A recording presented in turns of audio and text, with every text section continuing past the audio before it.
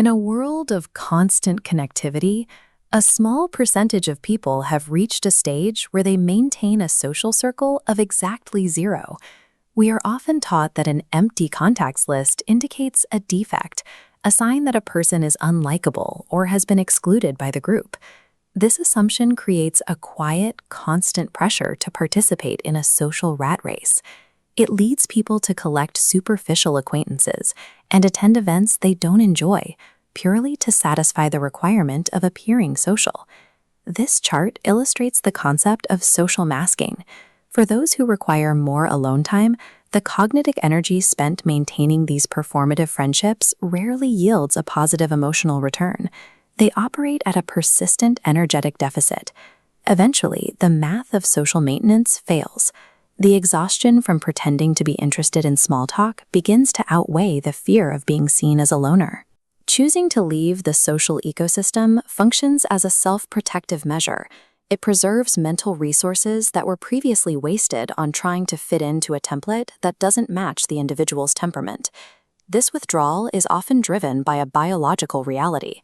When forced socialization becomes a chore, the brain experiences emotional exhaustion, a state where the effort of engagement exceeds the capacity to recover. To manage this, many develop a high standards filter, evaluating connections based on depth. This filter becomes increasingly selective, restricting entry as it identifies transactional behaviors. Over time, the criteria becomes so specific that only the central psychological core remains protected. Peer groups may view this as a form of social failure, but that perspective ignores the agency involved. The resulting solitude stems from a calculated preference for internal stability over the unpredictable nature of external validation. This preference leads to a state known as social autonomy. Unlike loneliness, which is a longing for connection, social autonomy is the result of a deliberate, comfortable withdrawal. The foundation of this state is the ability to regulate emotions internally. While many rely on friends to vent, the socially autonomous person has developed the neurological pathways to manage their own emotional states without external help. This independent ecosystem allows an individual to find meaning and happiness within their own activities. Their internal world provides the feedback they need to feel stable.